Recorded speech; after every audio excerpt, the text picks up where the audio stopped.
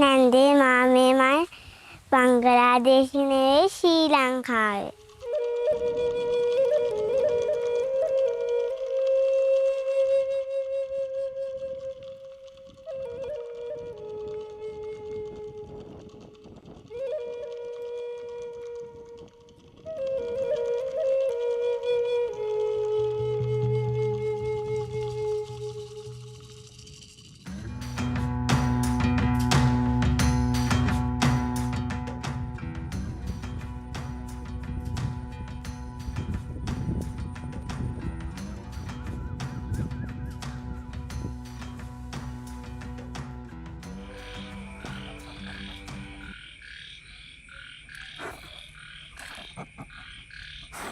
දවසක් මම එනකොට බල්ල බුර හිටියා.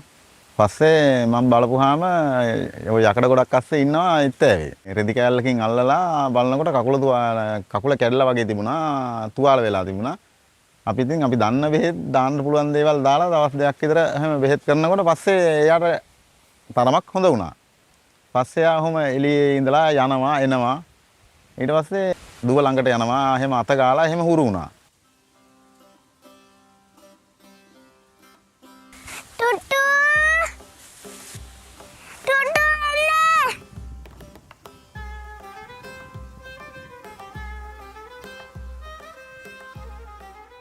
මේ සතා අපි කූඩු කරලා හදලා නැහැ.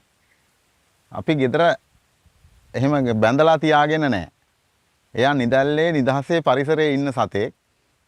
ඉතින් එයාට ඕන්ලාට එයා අපි ළඟට ඇවිල්ලා අපිත් එක්ක ඉඳලා තියෙන දෙයක් කාලා බීලා යනවා. දවල් දවසට ගොඩක් වෙලාවට නෑ එයා. කරුවල වැටෙන සාමාන්‍යයෙන් 6ට 6:00ට වගේ තමයි එයා ඒ ඉන්න තැනකින් ඉඳලා එන්නේ. ඇවිල්ලා රැට ඉතින් ওই තියෙන දෙයක් කාලා අපි නිදාගත්තාම ඉතින් අපි දන්නේ නැහැ එයා ඊට පස්සේ කොහේ ඉන්නවද කියන්න. එක්කෙනෙක් ලොකු අනිත් එක්කෙනා කළු අනිත් එක්කෙනා සුදු.